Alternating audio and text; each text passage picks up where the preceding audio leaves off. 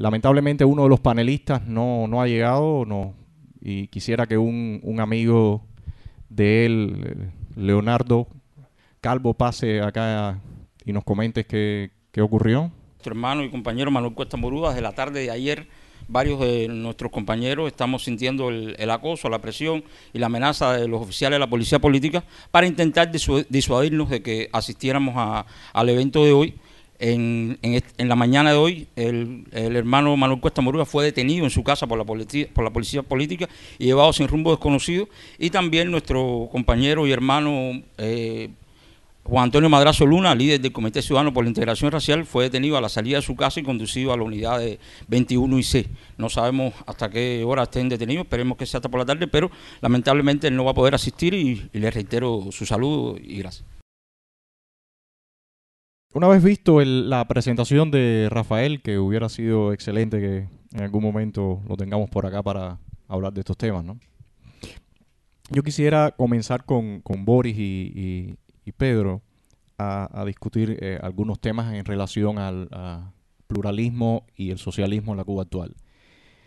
Quería empezar por un punto que a mí en lo particular me parece significativo y es relacionado con la visión que plantea Rafael de que el pluralismo en Cuba está sobre una base del socialismo. Él plantea que desde su punto de vista existirían 4 tipos de socialismos y, bueno, particularmente difiero de ese punto de vista, pero me gustaría que Boris y Pedro nos hablaran de cuál es su visión con respecto a este punto que plantea Rafael Rojas. Cuando yo veía lo de Rafael Rojas, lo primero que pasa y que yo creo que hay que poner, o sea, la acotación que siempre se tiene que hacer, es que en lo que Rafael Rojas dice, como en lo que vamos a decir cualquiera de nosotros, o lo que dice cualquiera de nosotros, hay un problema de denominación. O sea, es tradicional en la historia de las ideas cómo se denomina un evento, cómo se denomina un fenómeno, cómo se denomina un evento que ya está percibido o cómo se denomina incluso un evento que se comienza a percibir, ¿no? Y según cómo se denomina ese evento, ya se establece una especie de paradigma frente al cual las personas van a reaccionar y en caso de ser demasiado difícil de que ese paradigma sea útil, se le cambia o la forma de abordarlo o incluso el nombre, ¿no? A veces cuando se habla de capitalismo y se habla de socialismo, a mí me entran esas preocupaciones. Si no nos hemos aferrado durante demasiados años a 2 denominaciones que evidentemente hay momentos que hacen crisis, como concepto, hacen crisis, evidentemente. O sea, hay espacios del análisis en el cual capitalismo y socialismo en ningún modo llenan lo que otras veces se pretende que llenen. Entonces, bueno, diciendo esto, que me hace falta decirlo de inicio, vamos a lo que está hablando Rafael Rojas. Yo en realidad no tengo, o sea, lo primero que habla Rafael Rojas es sobre el antiintelectualismo. Y esto es muy interesante, a mí me parece que está bien lo del antiintelectualismo. El problema es cuando se entra en lo de los socialismos que se manifiestan en Cuba. No problema, o sea, me parece que hace un análisis, lo divide en 4, o sea, le da las denominaciones específicas y es bien difícil, o sea, es bien difícil porque uno de los socialismos que él está mencionando es el socialismo oficial. O sea, uno de los que él está poniendo entre esos 4 es el oficial. Y el oficial tiene particularidades con respecto a cualquier otro socialismo que sea planteado intelectualmente. O sea, él lo distingue. Una cosa es la clarificación intelectual, la búsqueda intelectual, y otra cosa es la aplicación política de esa búsqueda intelectual. Él lo dice en su exposición. Y ahí es donde a mí más me entraría esa fricción. Pero bueno, en particular yo en realidad no tengo mucho que decir sobre la denominación que él ha hecho. Me parece bien. Habría que ver el término ya de ideología, de que el socialismo oficial sea una ideología al mismo nivel que la socialdemocracia, por ejemplo. Ese es un problema que ya creo que es más complicado. Pero ¿crees por ejemplo, que la visión o las tendencias liberales que hay dentro de la Cuba actual están sobre el socialismo, basadas sobre el socialismo? ¿O crees que existe, por ejemplo, alguna, digamos, por ejemplo, una corriente demócrata cristiana sin que esté basada sobre el socialismo, o una corriente liberal sin que esté basada sobre el socialismo? Esa es la parte que a mí me crea un poco de contradicción. Yo no creo que el pensamiento liberal que hay dentro de Cuba, que sí creo que hay, aunque en muchos foros se dice que no existe. Yo sí creo que existe, y no existe no solamente en forma ya de pensamiento estructurado, sino existe en el cotidiano. Yo discrepo de que todas estas corrientes estén basadas en el socialismo. Ahí, mira, te tengo que decir, porque ahorita Pedro Campo decía algo antes de entrar nosotros a conversar. Decía, bueno, esto no es socialismo.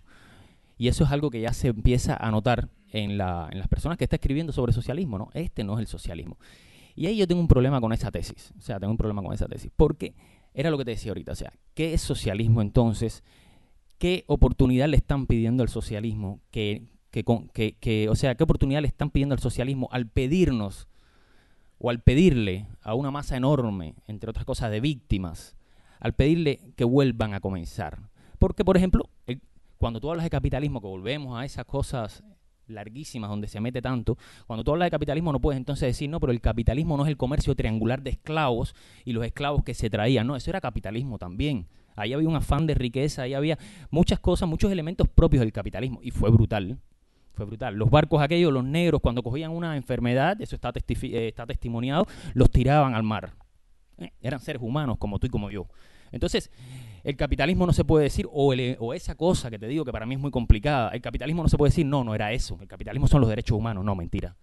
Vamos, estamos teorizando y estamos hablando de cosas profundas, no estamos haciendo populismo barato, estamos hablando con propiedad. Y entonces cuando se habla del comercio triangular de esclavos, pero te puedo hablar de muchísimas otras cosas, y cuando tú ves las ideologías que se instituyen para legitimar esos abusos tremendos, son ideologías propiamente salidas del sistema capitalista.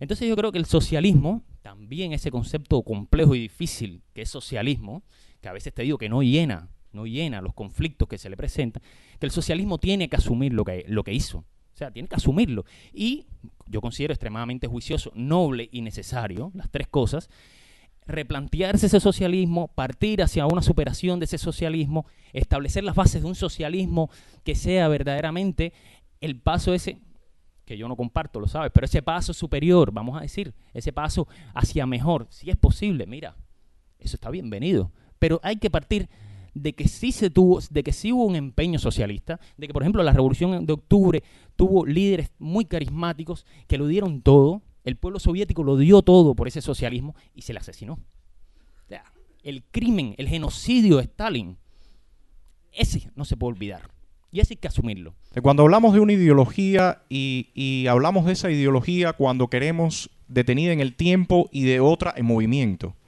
O sea, cuando se habla en Cuba de liberalismo, se habla de capitalismo, se habla de un sistema capitalista que no es el que existe actualmente. Entonces, yo creo que sería bueno retomar ese tema. ¿Qué crees tú con respecto a esta denominación que hace Rafael Rojas, Pedro? Agradecerte a ti y a los presentes esta posibilidad de intercambio. Creo que es extremadamente importante que se den estos tipos de intercambios donde nos encontramos personas que tenemos evidentemente muchas posiciones diferentes. A veces pensamos que estamos muy lejos en muchas cosas y a veces nos damos cuenta que estamos más cerca de lo que pensamos en algunas cosas y en otras a lo mejor estamos más lejos. Pero si no nos conocemos, si no intercambiamos, si no buscamos la manera de que se conozcan las posiciones de los demás, pues no lograremos nunca eso. Tenemos muchos problemas con el intercambio por la falta de comunicación que hay. Está claro que es una sociedad muy cerrada. Está claro que los medios de comunicación no permiten la expansión de todos los criterios que existen en la sociedad. Por supuesto, utilizamos los medios alternativos, pero bueno, unos tienen más posibilidades que otros. Algunos casi no tenemos ninguna posibilidad de usarlo y lo usamos en la medida de nuestras posibilidades para tratar de llegar. En fin, creo que esto, por lo menos yo quería decir esto porque creo que es, para mí, es muy importante este tipo de encuentros. Además, creo que también necesitamos conocernos, incluso si deseamos combatirnos mejor, necesitamos conocernos más. Igual que hay personas que yo puedo decir, bueno, no estoy de acuerdo con lo que tú estás diciendo, en la medida en que conversemos, pues podemos encontrar puntos de coincidencia, puntos en lo que podamos caminar bastante. En fin, yo quería decir esto porque me parece que es importante. Por otra parte, bueno, tú no pusiste un video de Rojas, yo no tengo por qué ceñirme a los conceptos de Rojas, porque bueno, pero para seguir un poco la digo, idea... no tengo, pienso como un poco, cada uno tiene derecho a hacer la clasificación que entienda. Claro. Y bueno, yo pero personalmente, en ese por ejemplo, caso discrepas de la clasificación bueno, que hace yo no Rojas es que de creo socialismo. que no discrepo. Yo a veces, a mí lo importante es que las personas digan lo que piensan. No decir yo discrepo, no estoy de acuerdo, yo creo todo. No, yo creo que cada uno decir lo que piensa. Y en la medida en que cada uno diga lo que piensa, pues bueno, vamos aceptando un poco, oyendo a los demás. Yo, por ejemplo, si voy a hablar de socialismo, voy a decir lo que yo pienso de socialismo. Y voy a decir también, por ejemplo, lo que le decía ahorita, que es uno de los problemas graves que tenemos en Cuba, que le seguimos diciendo socialismo una cosa que no lo es, o que no lo ha sido, y que ha sido una intención, vamos a decirlo, ha sido una intención, yo pienso igual, ha sido una intención, yo creo que hubo una intención socialista, eso es totalmente. Ahora, hubo una intención socialista desde un grupo de concepciones que realmente violaban los propios principios en lo que decía Mazarsi. ¿Tú crees que existe pluralidad ideológica en Cuba o tú crees que todas las aficiones que hay sobre la realidad están sobre una visión socialista? Bueno, yo te respondería que yo creo que efectivamente en Cuba existe una pluralidad ideológica. Es más, por ejemplo, aquí en Cuba decimos, no, aquí hay un partido, aquí hay un solo partido. No, eso no es cierto. Aquí hay un partido oficial de gobierno, porque hay un montón de partidos. Si consideramos lo que es un partido es un grupo de personas que tienen una serie de ideas comunes. Entonces, pero no aceptados, no lo que no son partidos ni, oficiales, son partidos reconocidos, pero hay un montón de partidos. No aceptados por la Constitución, ¿no? No aceptados, pero hay un montón de partidos. De momento que 10 personas se reúnen y tienen un conjunto de concepciones políticas, económicas, sociales, bueno, porque constituyen un partido, te guste o no te guste, quieran reconocerlo el Estado, no quieran reconocerlo. De hecho, son un partido. Cuando tú buscas qué cosa es un partido, eso es un partido, un grupo de personas que tienen ideas comunes. ¿Cuántos partidos hay en Cuba? Imagínate tú. En Cuba hay miles de partidos. Por lo menos, a cada rato yo me encuentro un partido distinto en la calle. Esta mañana veníamos en la guagua y me encontré un partido en esa guagua. 3 personas allí discutiendo un tema sobre el problema de la moneda, la doble moneda, que si la doble moneda, y hay un montón de gente aquí que son por el partido de acabar con la doble moneda, para decirle algo, ¿no? Para decir, o sea, creo que cada uno tiene derecho a hacer la clasificación. ¿Sí crees que hay una diversidad, un pluralismo, que hay que claramente corrientes liberales, corrientes socialdemócratas, sí las puedes distinguir? Por supuesto que hay todo eso, y dentro del gobierno hay diferencias. Por ejemplo, eso está muy claro. En el último discurso de Raúl lo dijo muy claro. Dentro del gobierno hay gente que hay una inercia, hay gente que no quieren que cambiemos, o sea que dentro del propio gobierno parece que hay otros partidos también. Entonces, considerando un concepto amplio de partido, hay mucha gente que tiene otras concesiones que no están de acuerdo con las cosas que dice Raúl que hay que hacer. En ese sentido, ¿crees que sí, que debe seguir prevaleciendo una ideología dentro del gobierno? El gobierno tiene que estar atado a una ideología, incluso la Constitución, como mencionaba Rojas y como otras veces ha mencionado Wilfredo Ballín, que está por acá presente también. ¿Crees que ese es, por ejemplo, un precepto que debe cambiar inmediatamente la Constitución para que se acepte? Incluso nosotros tenemos un programa que pusimos a disposición del público en el 2008 que se llama Cuba necesita un socialismo participativo y democrático.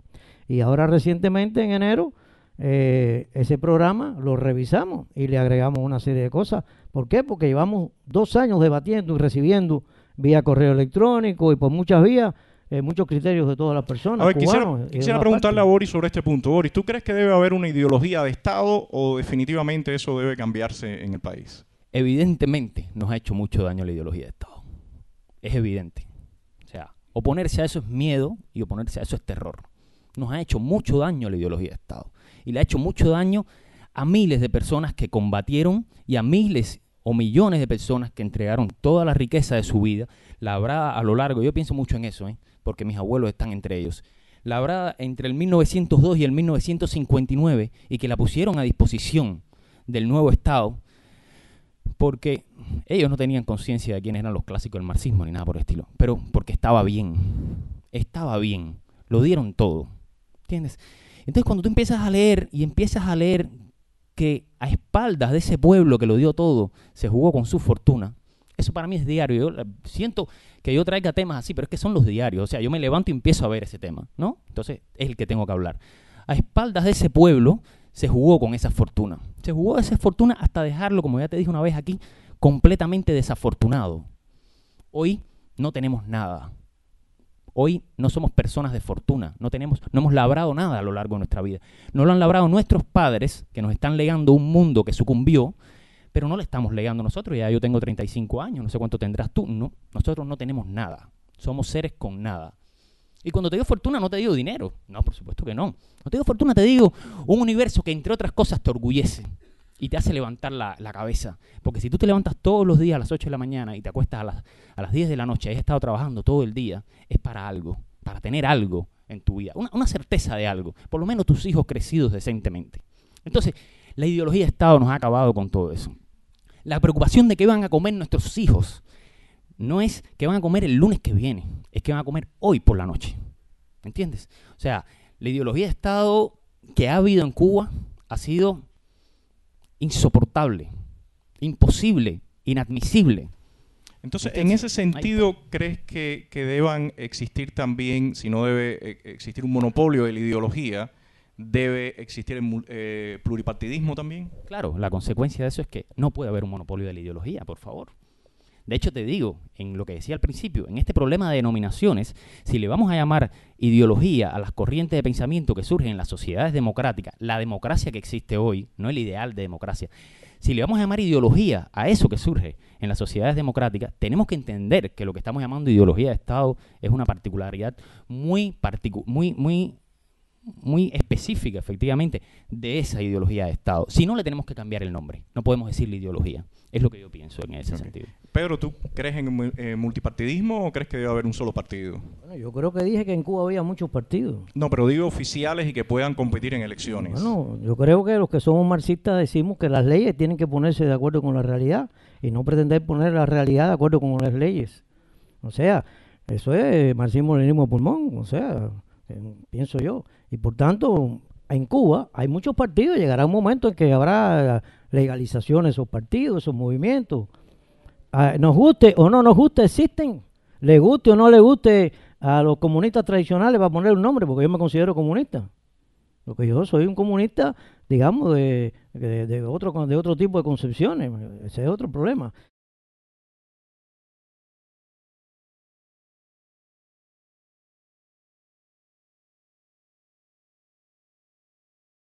Lo que tenemos en Cuba no es socialismo. En Cuba hay un proceso revolucionario. Ha habido un proceso revolucionario. Ha habido un proceso que se inició con la estatización, para ponerle, y la revolución no es simplemente un hecho, un acto político, un cambio de gobierno. La revolución es un proceso de socialización y democratización del poder y de la economía, del poder económico y político. Ese proceso se inició en Cuba. Se estatizó la economía, no se socializó. Y ahí viene el otro problema. Bueno, nosotros creemos que ese proceso revolucionario tiene que seguir avanzando, porque nuestra posición es que ese proceso simplemente se estancó. Se estancó la democratización de la sociedad, se estancó la socialización de la economía, y ese es el problema en el que nos encontramos. Es el criterio que tenemos nosotros, y por eso nosotros hablamos de un socialismo participativo y democrático.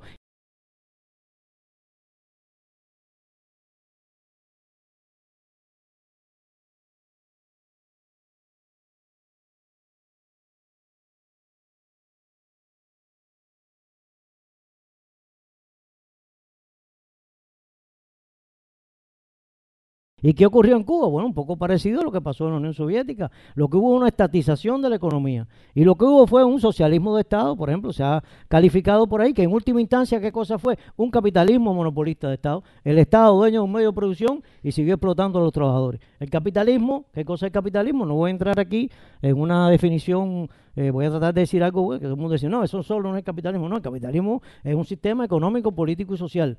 Pero el capitalismo esencialmente es un sistema basado en la explotación del trabajo asalariado.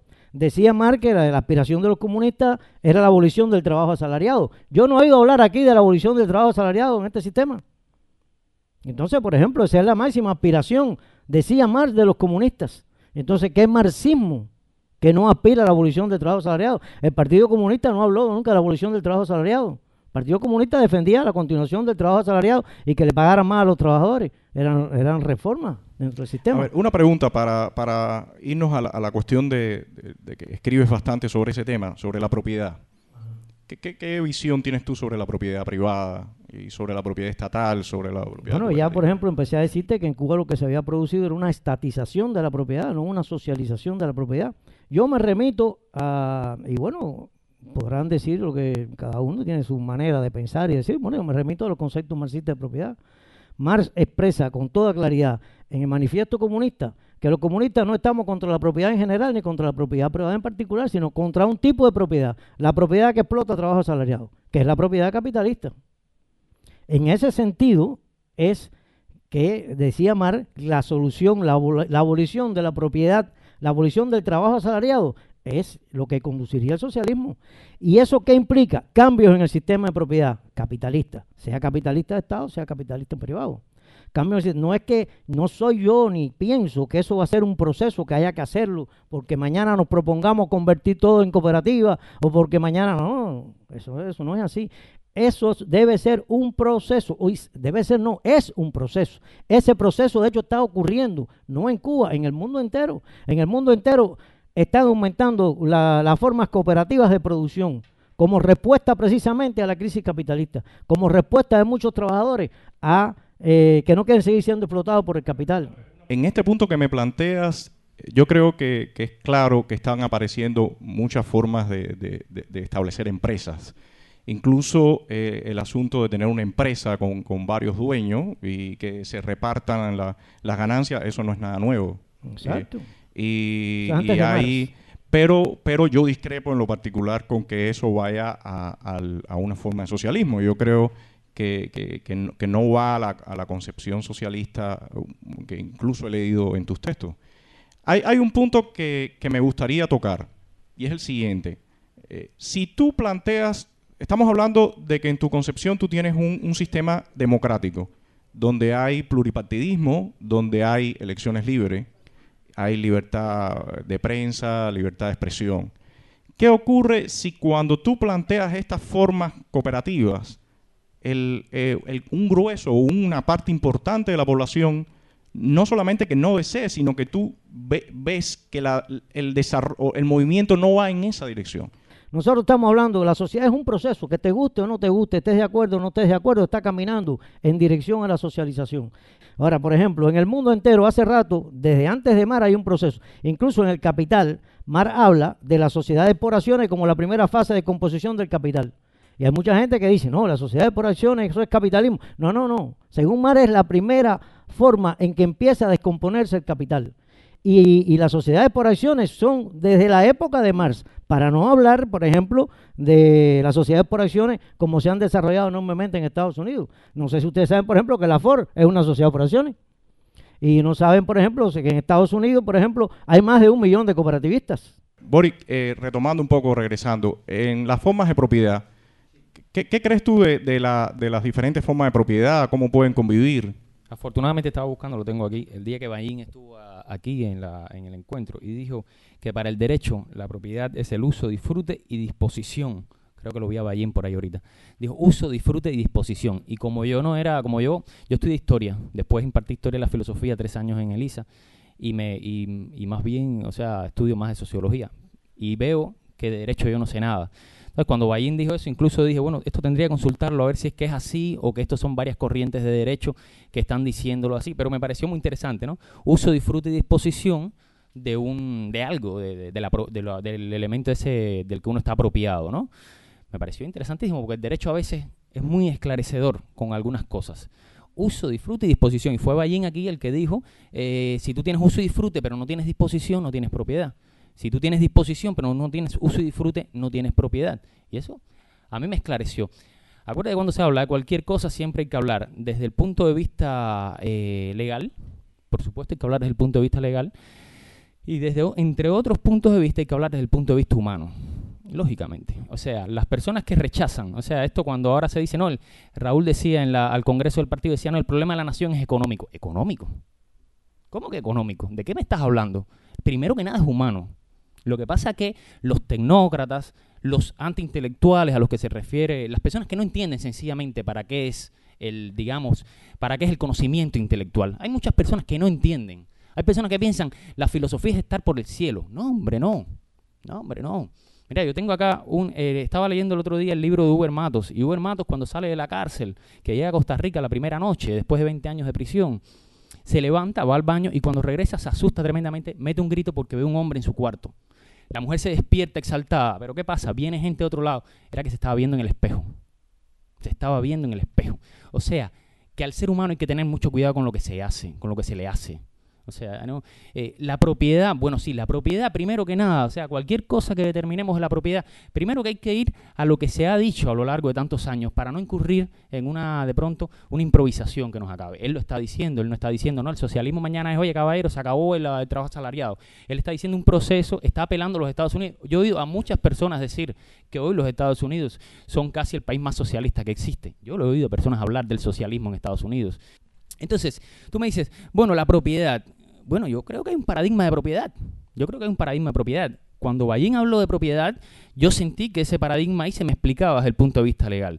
Entonces yo creo que para cambiar alguno de esos, porque nada está escrito, nada es definitivo. O sea, para cambiar esos 3 elementos de la propiedad legal que Ballín usa, tiene que ser como consecuencia de ese proceso. Cualquier cambio que haya tiene que ser como consecuencia de ese proceso, pero como consecuencia hacia el ser humano. No es vamos a desarrollar el derecho ni vamos a desarrollar la economía, es vamos a mejorar la situación en la que se encuentra el ser humano.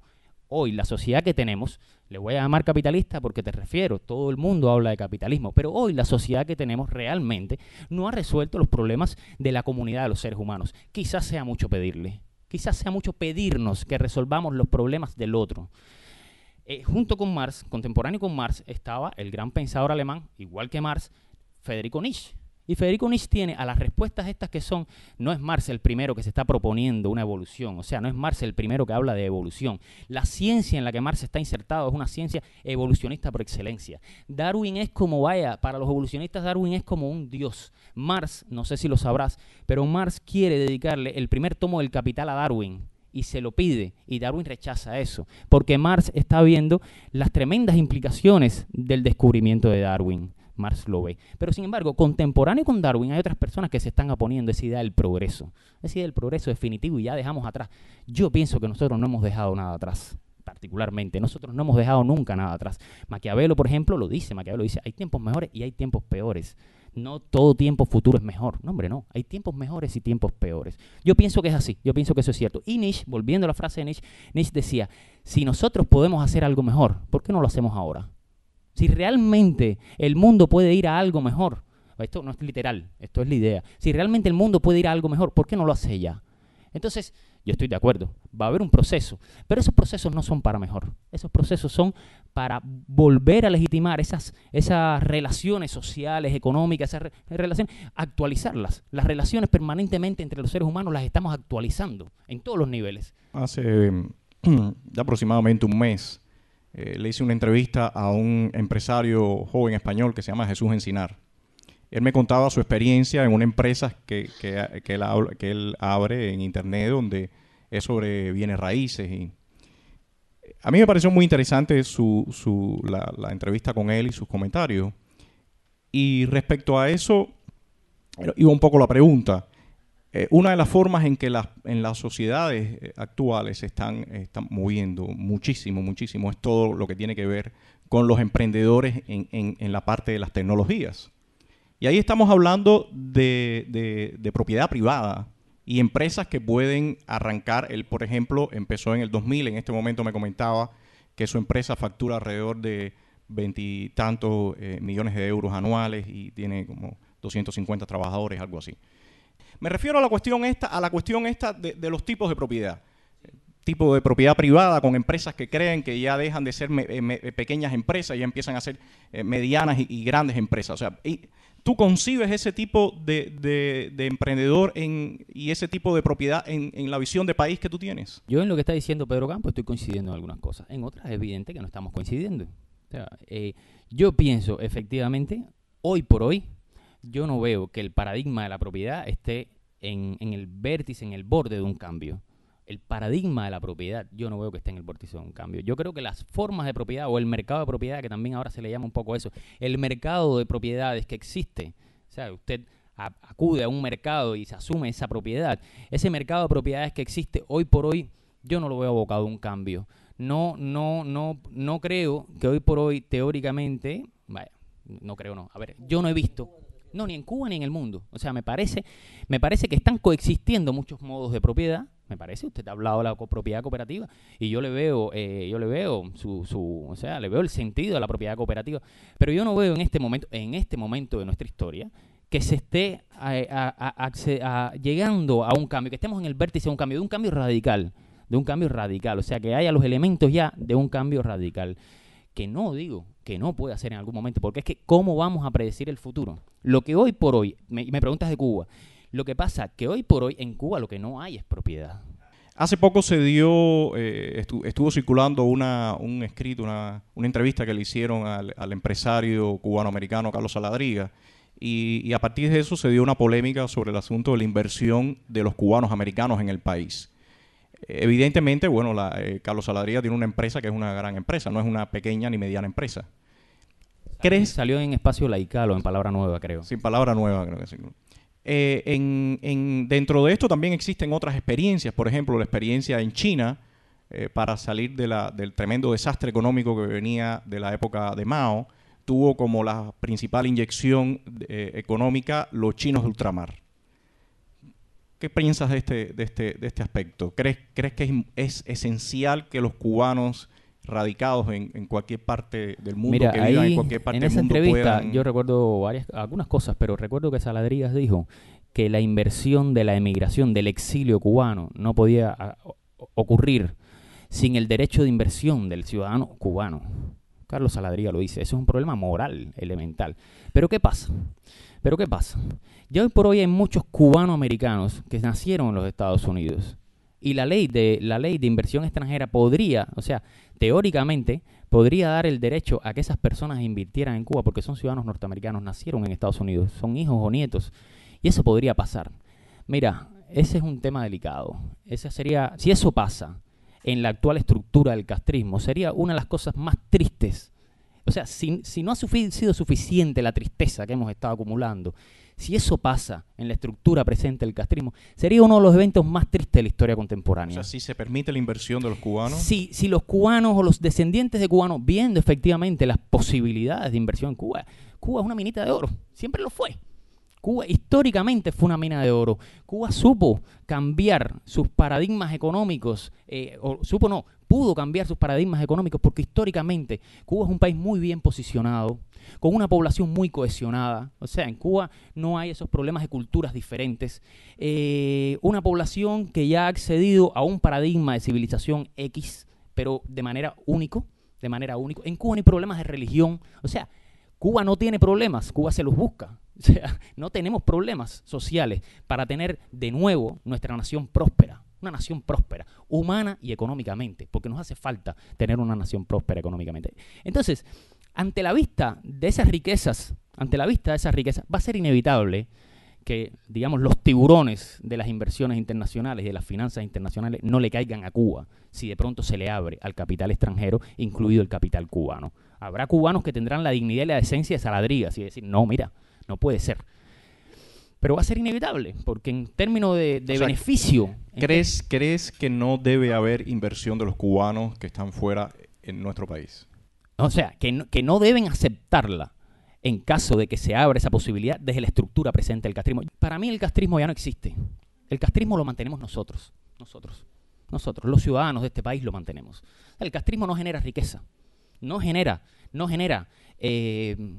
cambio en el sistema legal, no genera nada. Es un sistema sin generación, es un sistema perdido. Lo mantenemos nosotros. O sea, es importante que el cubano acabe de entender eso. Nosotros tenemos que acabar con ese castrismo, tenemos que terminarlo. Entonces, no, a lo que te iba a decir sencillamente, para que este dolor acumulado que el cubano tiene, y cuando te digo acumulado te digo cosas prácticas, te digo la madre que ha tenido que despedir a su hijo y que está esperando a que su hijo venga para que su vida tenga un poco de sentido, te digo el padre que tiene un problema de corazón porque se le fue su hijo y no sabe si ahora cuando venga la próxima vez va a estar vivo.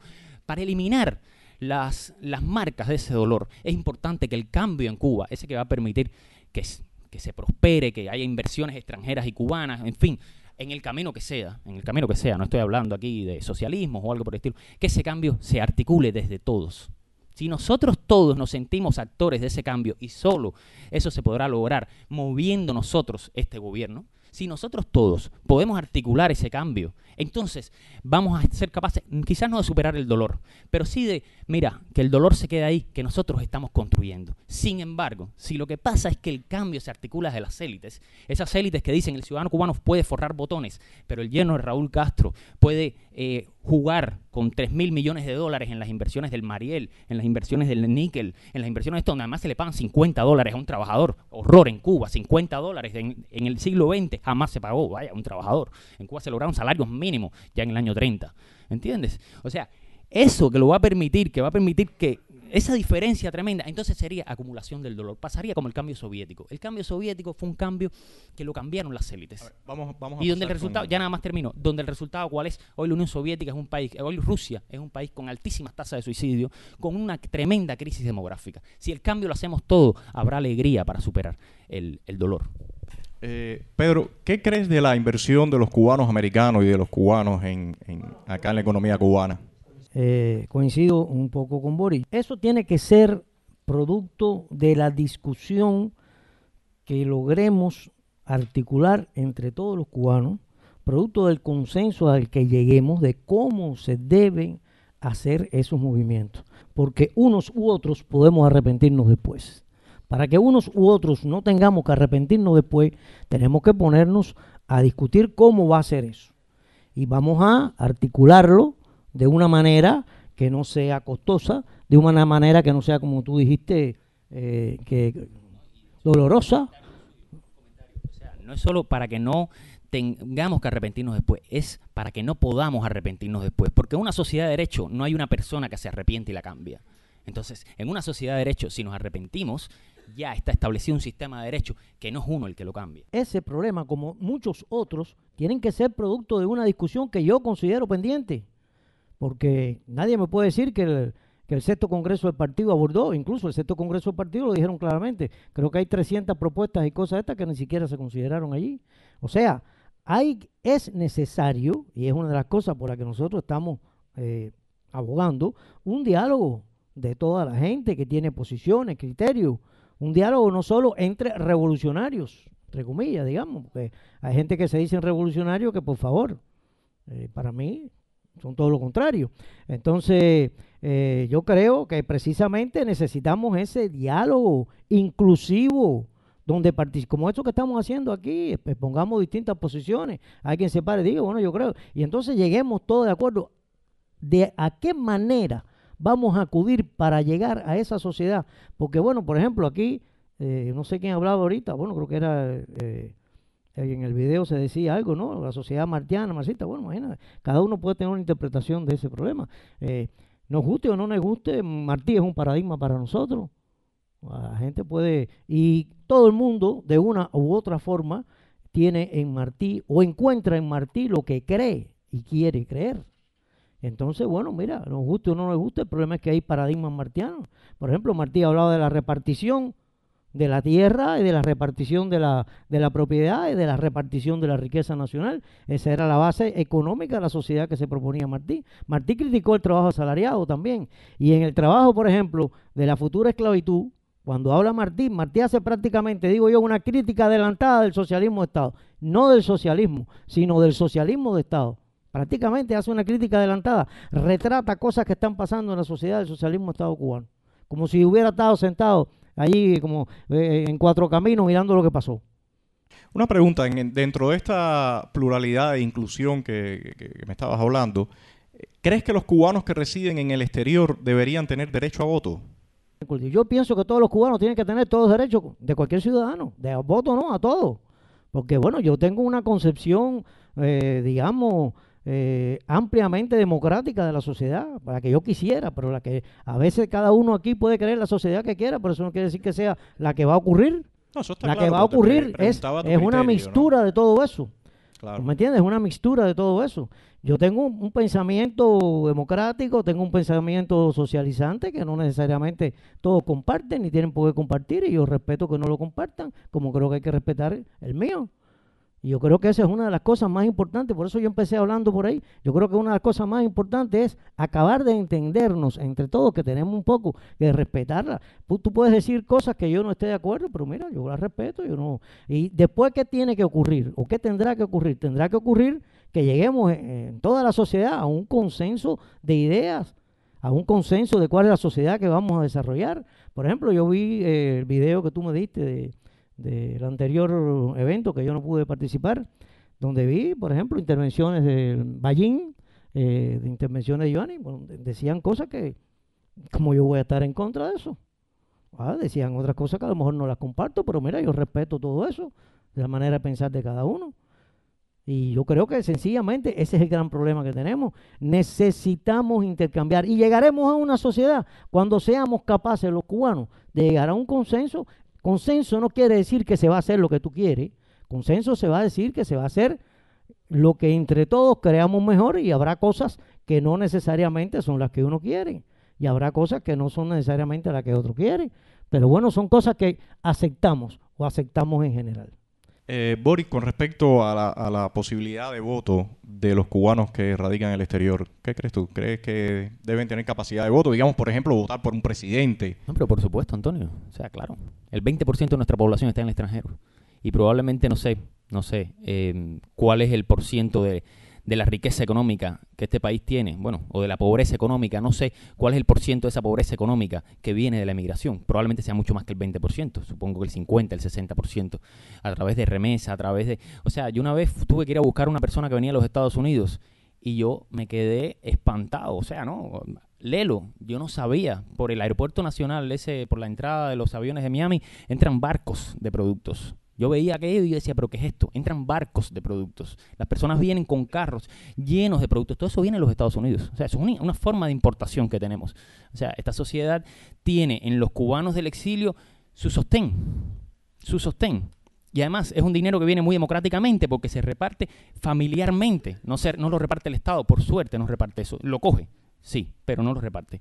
Entonces, por supuesto que después lo reparte a su manera. Por eso tanto automóvil climatizado para militares y ninguno, paramédicos, cirujanos, maestros, profesores universitarios, obreros fabriles, ninguno para ellos. Después lo reparte a su manera. Sobre lo que me estabas diciendo, el voto, es lógico. O sea, la sociedad cubana, mira, México ya lo permite. México lo permite. El voto del emigrado, sí, pero lo permite desde hace reciente, no hace 10 años más o menos, lo permite. México permite el voto de su emigrado. Y nosotros tenemos todavía más razones para permitir el voto de nuestro emigrado, porque nuestro emigrado es un exiliado. Nuestro emigrado se ha ido contra su voluntad. O sea que lo primero que va a hacer nuestro emigrado es regresar a Cuba.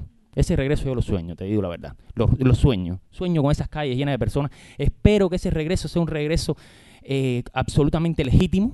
No creo que se deba producir por una ley migratoria del Estado cubano, de que permito a este y a este no. Ese lo tenemos que establecer la sociedad cubana. Y cuando ese exiliado venga, cuando ese migrado venga, mucho se va a quedar aquí. Va a tener su voto. Y el que decida irse, tiene que tener su voto. Es lógico. Quisiera leerle algo que me encontré los otros días en una revista que me prestó un amigo y me pareció muy, muy curioso cuando lo leí. Déjeme leerle y compartirlo con ustedes también. Dice: hemos percibido el ánimo de trabajar con abnegación, con una disciplina férrea sin la cual no hay socialismo, la disposición a hacer sacrificios. Se acabó el relajo, declaró Raúl Castro. Los ciudadanos de fila, y esto se subraya en muchas intervenciones públicas, sienten su responsabilidad por el futuro del país y del socialismo. Empero, a juzgar por las publicaciones de la prensa cubana, empiezan a menudear reproches al poder popular, la uniformidad tan familiar a nosotros, la unanimidad en las reuniones motivan el rechazo también de los cubanos. El diario Juventud Rebelde publicó una serie de artículos basados en las cartas de los lectores. Esas publicaciones imponen una visión nueva de los sentimientos sociales del país. Cuando yo leí eso, y vi que la revista es de enero-febrero de 1990. La revista Tiempos Nuevos. Yo dije, 20 años. 20 años y parece como si se hubiera publicado hoy o el próximo mes. Entonces, quería preguntarle a ustedes esto y ya pasar a las preguntas con el público. ¿Qué piensan? yo pienso que objetivamente en Cuba existe un proceso de cambios lento, no está en la dirección que quisiéramos, en fin, eso es una realidad, pero existe un proceso de cambio. Ahora, por ejemplo, hay muchas cosas que Raúl dijo ahí que a lo mejor tú le preguntas hoy, a lo mejor te dice, bueno, yo no pienso exactamente igual, no sé, me quiero imaginar eso. No soy de los que creen ciegamente, ni tienen fe ciega en que la dirección del país quiere cambiar y hacer. No. Yo creo que ellos tienen, igual que nosotros, un montón de dudas, de preocupaciones, de cosas que quieren hacer, tienen temores. ¿Qué puede pasar? ¿A dónde vamos a llegar? Tienen temores. Entonces, tienen temores. No, estoy diciendo porque ese es el problema del poder. El que tiene el poder tiene el temor de a dónde va a llegar. Entonces, ¿qué estoy diciendo? Efectivamente, yo creo que en Cuba hay un proceso de cambio. No son los cambios que queremos todos. Yo, por ejemplo, lo he escrito muy claro. Yo quisiera que, por ejemplo, el sistema de trabajo cooperativo, que el proceso autogestionario, quisiera, por ejemplo, el trabajo por cuenta propia, que se extendiera a todas las formas a todos los tipos de profesionales, no solo a los que se han hecho. Yo quisiera, por ejemplo, que se eliminaran todos los controles estatales de acopio a los campesinos. Yo quisiera que, por ejemplo, las tierras que se le han entregado a los campesinos le permitan fabricar allí sus casas para que puedan tener. Yo quisiera otras muchas cosas. Y muchos quisiéramos otras muchas cosas. Yo quisiera una reforma del sistema electoral, lo hemos dicho muy claro y lo hemos planteado. Quisiéramos una reforma del sistema electoral que permitiera una democracia verdaderamente popular, una democracia verdaderamente directa, porque la democracia que tenemos en Cuba es una democracia indirecta y representativa, tan representativa como lo que puede haber en cualquier país capitalista. La gente elige a uno y esos son los que deciden. Entonces, por ejemplo, yo quisiera todo eso. Y hay muchas personas aquí que quieren otras cosas y cada uno luchamos por lo que queremos desde nuestras posiciones. Y hay personas en el gobierno que evidentemente quieren algunos cambios. Yo creo que negar eso tampoco nos ayuda a los que queremos que hayan cambios, porque incluso, por lo menos la posición mía es impulsar los cambios que hayan, los que se puedan hacer y por supuesto hacer la crítica del problema, impulsar los que hayan y los que se puedan hacer. Raúl, a lo mejor tú le preguntas, él le lees eso y te dice, bueno, sí, yo dije eso, mire, ahora pienso otra cosa. Evidentemente en Cuba hay un proceso de cambio, o sea, claro, hay cambios desde que Fidel hizo el cambio de aquel del trabajo por cuenta propia, después lo cerró, pero eso significó un cambio. Lo que pasa es que es un cambio que mira cómo nos tiene, o sea, el problema es el tipo de cambio que tú haces, el tipo de cambio que tú implementas, y más con la presión que hay a partir de la salida del poder de Fidel Castro, al fin salió del poder, más con la presión que hay ciudadana que quiere ver esos cambios ya. Además, ya el gobierno no tiene posibilidad de articular discursos. La articulación de discursos es muy importante. O sea, la capacidad de articular un discurso es muy importante. Raúl Castro nunca en su vida ha podido articular un discurso, por supuesto. No tiene capacidad, nunca la tuvo. Pero bueno, ya tiene una ancianidad y sobre todo no tiene ningún prestigio. Entonces ya Raúl Castro no puede articular discursos. ¿Qué podría Raúl Castro, si hubiera una propuesta, tener intelectuales jóvenes o militantes verdaderamente comprometidos, lo que pudo haber sido un Otto Rivero, un Valenciaga, en fin, personas con esa capacidad que sean legítimos y que puedan hacer un discurso que se lo crean. Pero ya eso no existe, o sea, evidentemente ya no existe. Ahora el problema es si el castrismo va a lograr, sin que el pueblo cubano lo elimine, si el castrismo va a lograr el cambio que por supuesto va a abrazar la gente. El cambio es económico, el capitalismo, o sea, ese sí va a venir de capitalismo, ahí no va a haber teorización de socialismo ninguna, ¿no? Entonces, todos tenemos que escucharnos y nuestra expresión, o sea, yo tengo que escucharte a ti, tengo que escuchar lo que me estás diciendo y por supuesto se debe escuchar a mí. Y la sociedad que vamos a crear los cubanos, que la vamos a crear si seguimos insistiendo, si seguimos tomando conciencia de que tenemos que insistir sin miedo hacia esa sociedad, es una sociedad donde nos vamos a escuchar todos. ¿A quién vamos a darle un golpe cuando esta cosa se acabe? A nadie, Antonio, a nadie. No podemos darle a nadie. Mira, Sudáfrica tuvo un cambio que es paradigmático. En Sudáfrica, cuando el ANC va a acceder al poder, los organismos de inteligencia sudafricanos, lógicamente, se le acercan al ANC y le explican, esto lo vi yo en un documental, está en la Alianza Francesa, y exponen que si el ANC y el poder de los negros va a llegar cuando te digo los negros te lo digo porque no es una discriminación, es porque a los negros sabemos lo que se le hizo en el apartheid. Eso fue capitalismo también, por cierto. Cuando ese poder de los negros llegara arriba, ellos temían que, por supuesto, que esos negros empezaran a pasar la cuenta, a leer expedientes, mira lo que hizo liquídalo, mira lo que... Y entonces esos organismos de inteligencia dijeron, mira, estamos dispuestos a hacer el cambio, pero no se nos puede pasar la cuenta. Lógicamente, yo tengo hijos, yo tengo un futuro, yo tengo mi vida, ¿cómo se nos va a pasar la cuenta? No le pasaron la cuenta. Lo único que dijeron el ANC, lo único que dijeron esos líderes fue, no se va a pasar la cuenta de nadie, pero se tiene que esclarecer, se tienen que exponer todos los documentos. Todo el mundo tiene que saber.